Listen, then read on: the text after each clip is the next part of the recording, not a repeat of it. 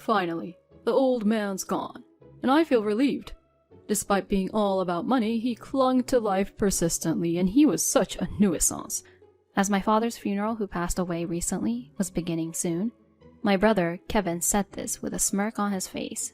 Our father was the one who paid for your debts, so how can you even talk about him like that? Shut up! He just wouldn't pass away, and the medical bills and everything were too much. Now I can freely use his money. You're terrible. After leeching off Dad so much? Say whatever you want. You don't have anyone on your side anymore. You're useless now, so just leave. Kevin, how could you? Tom approached my brother, but my sister-in-law, Catherine, who's also Kevin's wife, who was there, said this to us with a laugh. Someone who's married off elsewhere is no longer family, right? I bet even my father-in-law wouldn't want to be sent off by strangers like you. So just go home already. Something inside of me snapped after hearing what Catherine had said. To insult my father and furthermore deny our family ties like that is just too much. These people are rotten to the core. Speaking any further to people like them are just pointless. Besides, I definitely didn't want to cause any more commotion and ruin my father's funeral. I desperately held back the rage that felt like it was on the verge of exploding. Fine, I understand. Barely managing to utter those words, I decided to forego my final goodbye to my father and leave. I resolved in my heart to never associate myself with these people again. My name is Emily. I work as a nurse at a children's hospital.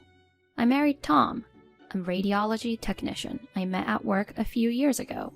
Despite our busy schedules with night shifts and on-calls making it difficult to find time together, we cherish every moment we can spend together. The job of a radiology technician who takes images that are essential for the diagnosis and treatment of diseases and other medical conditions for patients is a very responsible one. Handling numerous screenings daily, capturing every minute of details without missing any abnormalities, certainly comes with significant stress. Despite the demands of his job, I deeply respect Tom for working hard every day. Even amidst his busy schedule, Tom tells me that he respects how I always strive to connect with children and their parents or guardians with care and kindness. In the past, I never imagined I could be of such help to others like this, nor did I ever dream that such happy days would come my way. My father worked for a major trading corporation and was stationed overseas when I was young. As a result, my mother, my older brother, and I had no choice but to live, just as the three of us. And during those times, my mother and brother treated me almost like a slave. Didn't I tell you to clean this up? You're so useless. Hey Emily, go buy a juice now. You have 1 minute. Such painful words and demands were a common part of my daily life. My mother, who adored my brother, treated me as if I was something she didn't need. Watching my mother's behavior as my brother grew older, he became more and more domineering and abusive towards me. I believe I tried my best to live up to their expectations even as a child. Yet, contrary to my feelings, both my mother and brother continued to look down on me. Even when my father returned from his overseas assignment during my high school years, their attitude towards me remained unchanged. While my father immediately tried to defend me, my mother and brother blamed everything on him since he had just come back. While you were gone, I raised these two on my own. And now, after you've done nothing to help, you dare to complain? Don't act like you're my father now, after all this time. We have our own way of doing things, our own relationships here. That's how it's been all along. Don't act all high and mighty, butting in without knowing a thing. Despite their arguments, my father could not reach a resolution with the two of them. And their anger, instead of being directed at my father, who was the breadwinner, began to turn towards me. Witnessing this, my father felt helpless against my mother and brother, fearing I would suffer even more. Even though he was present, my father regretted not being able to change their attitudes, and, with tears in his eyes, apologized to me, saying, "I'm sorry." However, just having my father at home was enough to comfort my heart. Being treated as useless and a nuisance by my mother and brother, I was lost. unsure of my purpose in life, feeling like I was stuck in a never-ending dark tunnel every day. But my father comforted me with these words. Emily, you're not useless. You're not a nuisance.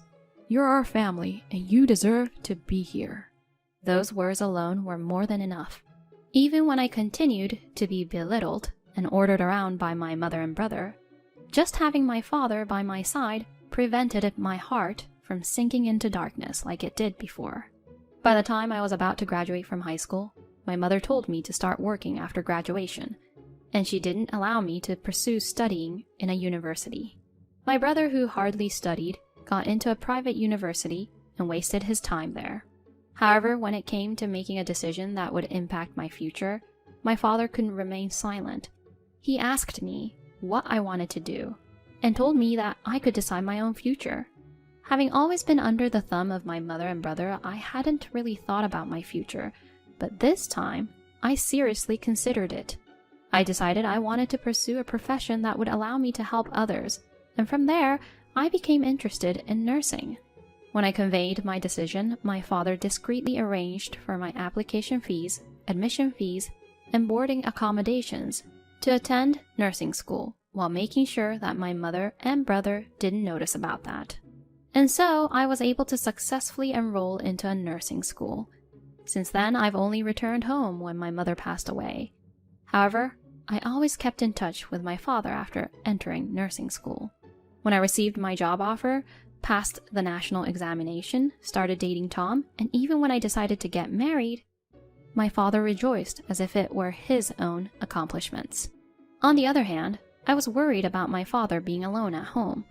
Yet my father would adamantly tell me he was fine, dismissing my concerns. One day, my typically stoic father told me over the phone, Recently, I've been feeling a slight pain around the pit of my stomach. Although he said slight, I was sure he was feeling a considerable amount of pain. With that in mind, I recommended he visit a hospital. A few days later, after undergoing an endoscopy, my father informed me that there weren't any issues. I felt relieved at his news, but my husband didn't feel the same. There's a possibility that endoscopy might not detect everything, so Tom suggested that it might be good to get a cancer screening just in case. I conveyed this to my father and urged him to get the examination. As a result, it was revealed that my father had pancreatic cancer. The diagnosis was still at a stage where the disease was still resectable, and so my father was hospitalized for surgery. Hearing the term pancreatic cancer initially plunged my world into darkness, but the surgery was a success. When Tom and I visited him in the hospital, my father, though visibly exhausted, greeted us with a smile. Just as I felt slightly relieved seeing my father looking healthier than I expected, the hospital room door suddenly flung open, revealing my brother and a woman standing there. My brother momentarily darted his eyes in our direction, but, without acknowledging our presence, brazenly walked into the room. You're in the way. As we remained seated, my brother made a gesture with his chin towards the door, as if telling us to leave. The woman next to him also waved her hands in a shushing motion. I instinctively felt that this woman must be Catherine, whom my brother had married. I had heard about my brother's marriage from my father. We've just arrived. Can't you wait a little longer? I retorted, but my brother sneered at me, contorting his mouth disdainfully. It's not like our father's condition will improve just because you talk to him. I know that, but I haven't had much of a chance to speak with Dad yet. Please, give us a little more time. My husband tried to persuade my brother, but he bluntly responded. You're the guy who married Emily, huh? I don't care if you're a radiology technician or whatever. In the end, without doctors, nurses, and technicians like you, can't do anything, right? Don't act so high and mighty. Saying that, my brother smirked triumphantly and sneered at us. Even though we hadn't left our seats, my brother began to say outrageous things to our father. Dad, I've gotten into debt again. I'm counting on you to help me out this time too. What? I was taken aback by my brother's words, letting out a surprised voice. Without showing any concern for our father's condition, my brother abruptly brought up the topic of money. And the fact that he said this time too indicates that he had made our father shoulder his debts in the past as well. Kevin, you should deal with the debt you made by yourself. Do you even realize what situation our father is in right now? Oh, shut your trap. I'm letting Dad atone for his past sins, okay? Atoning for what? For leaving us alone during our childhood. He left us during our precious childhood years. I'm telling him to make it up to us with money. Isn't that generous of me? What? I never thought that my own brother could be such a despicable person. I was stunned by my brother's words and couldn't find the right words to argue back. I have to do something. I'm the only one who can stop my brother here. Trying to find the right words to retaliate, the woman standing next to my brother, my sister-in-law, gives me a suspicious look. Who do you think you are, coming here and acting all high and mighty after marrying into another family? You're in the way, just go home. I was deeply irritated by Catherine's words, and I couldn't keep staying calm. Enough is enough. Forgetting we were in a hospital room, without thinking, I raised my voice. Emily, calm down. Tom immediately intervened, and I was startled. At that moment, Emily, please leave for today. My father said calmly, showing us a faint smile. Thank you for today. Please come visit again another day. Hearing my father's words, my brother and sister-in-law had smug expressions. I couldn't shake off the uneasiness of seeing my father with my brother and his wife together. However, feeling guilty about shouting in the hospital room, I decided it wasn't right to argue further and left the room.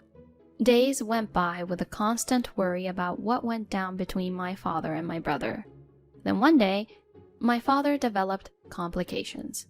Just having the complications was a shock beyond measure for my father. On top of that, he couldn't eat properly and was both mentally and physically exhausted. Despite the attending doctor's best efforts, my father passed away a few weeks later. A grief I had never experienced in my life hit me. However, I wasn't given the luxury of time to mourn for him. Despite my father's death, my brother and his wife did nothing. As a result, Tom and I had to handle all the funeral arrangements.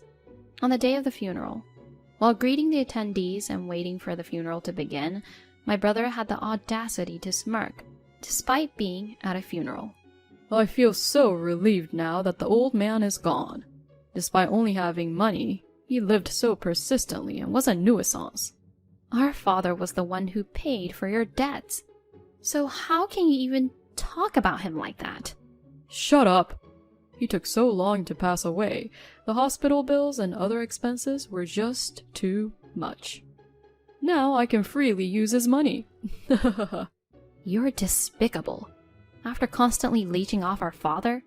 Say whatever you want. You don't have anyone on your side anymore. You're not needed here, so get out. Kevin, how could you? Tom argued back to Kevin, but Catherine, who was there, said this to us while she laughed away. Someone who's married off elsewhere is no longer family, right? I bet even my father-in-law wouldn't want to be sent off by strangers like you. So just go home already. Hearing what Catherine had just said, something inside me snapped. To insult my father and then deny the relationship I had with him is just too much. These people are rotten to the core. Arguing with them any further would be pointless. And the last thing I wanted was to cause a scene and ruin my father's funeral. I struggled to hold back the anger that felt ready to explode within me. Fine, I understand. With only saying that, I decided to give up on my final farewell to my father and leave. I resolved in my heart never to deal with these people again. However, the next day, my phone kept ringing with calls from my brother and sister-in-law. I had a feeling I knew what they wanted, but I continued to ignore their calls. My brother never took an interest in me, so he had no way of knowing where I lived. If I kept ignoring him, he would eventually give up. Or so I thought. But my brother exceeded my expectations, hired a detective to track me down, and showed up at my apartment. Hey! Why aren't you answering your phone? I called you multiple times. Come out already. Do you have any idea how hard it was for us to find you? As if venting the frustration from being continuously ignored, The couple burst into anger the moment they saw me. Without waiting for my response, they said what they wanted to say one after another. Is what the lawyer said true? That all of Dad's inheritance goes to you? That can't be right, can it? You're siblings, so the inheritance should be equally divided, right? If anything, you're the younger sister, so you should get even less. And seeing me silent, my brother shouted, Say something. I was amazed at how selfish he was, considering he didn't even give me a chance to speak. What the lawyer said is true. I was surprised when I was informed too. You're lying. So you're saying that you're taking all of the $10 million Dad left behind? I will never allow that. Whether you allow it or not doesn't matter. It's already decided. Do you think you can talk to me like that?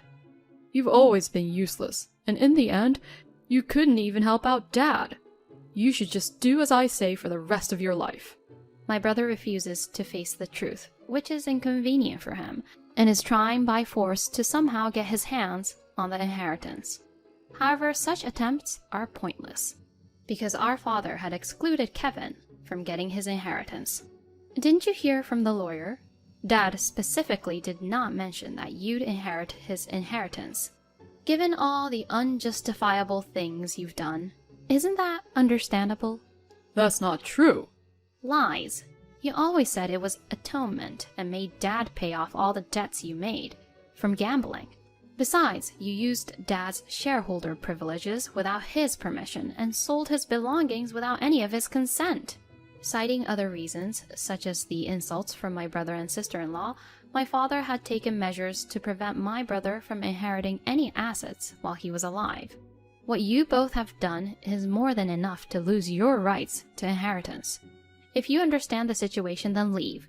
Never show up in front of me again. Although the couple was making a lot of noise, as they listened to me, it seemed they began to understand the reality. How I guessed that was because their faces were turning completely pale. Leaving them behind, I tried to return to my room, but Catherine screamed out as if seeking help. Wait! Please, share some of the inheritance with us! Seeing her still begging for the inheritance at this point, I gave her a cold look. Without waiting for a response, she began to blabber on. We bought a luxury condo thinking we would get a portion of the inheritance from your father. Excuse me? We thought we could pay it back immediately, so we borrowed money from a very shady source. If we don't pay it back soon, the interest is going to be insane. So please, share the inheritance with us. It seems that not only did they purchase the luxury condo, but ever since our father passed away, they've been recklessly gambling even more than usual and splurging on luxury brands. That's none of my concern. As I said that, my brother became flustered and shouted, You've always done as I've told you. You should always listen to me. When was that? I've changed since I started working, contributing to society, and meeting my husband who actually respects me. I'm not the same insecure person I was back then. Don't ever think that I'll always obey you and do as you wish. When I raised my voice, which was as loud as my brother's, he collapsed to his knees, still clinging to me with tears in his eyes. He's your own brother and he's asking for help. If you're family, you should help him. Catherine also raised her voice, trying to persuade me. However, I retorted sharply. Wasn't it you who called me an outsider? After insulting our father and denying the relationship that I had with him? I have no obligation whatsoever to help you any further. What's with your attitude? If you continue to stay around here, I'll call the police. Is that what you want? Ah! As soon as I mentioned the police, my brother and his wife vanished from our sight right away. Later on, when I met with my relatives, I overheard numerous complaints about my brother from them. During my father's funeral, my brother and his wife had acted inappropriately during the time they made a speech about my father, and they had terrible manners, which had left the entire family in disbelief. Apparently, after being informed by the lawyer that he had no inheritance rights, he went around asking all the relatives for my whereabouts. However, since no one told him, he ended up having to hire a detective. But even after going to the lengths of hiring a detective, things did not go as he had hoped with me. Desperate, he went around begging the relatives, pleading on his knees, asking them for money. Despite the relatives' astonishment at my brother's actions, they couldn't lend him money. As a result, it seems he and his wife fled somewhere to escape from their shady loan sharks. Months have passed since then. My brother and his wife continue to live a life on the run, constantly fearing being found by the loan sharks. Catherine must be frustrated with having a life like that. But, unable to support herself, she can't leave my brother, and likely spends every day arguing with him. On the other hand, since we couldn't attend my father's funeral, we visited his grave every month. Thanks to my father's support, I was able to get a job as a nurse. And with Tom, whom I met there, I'm determined to cherish every day and do my best in everything I can.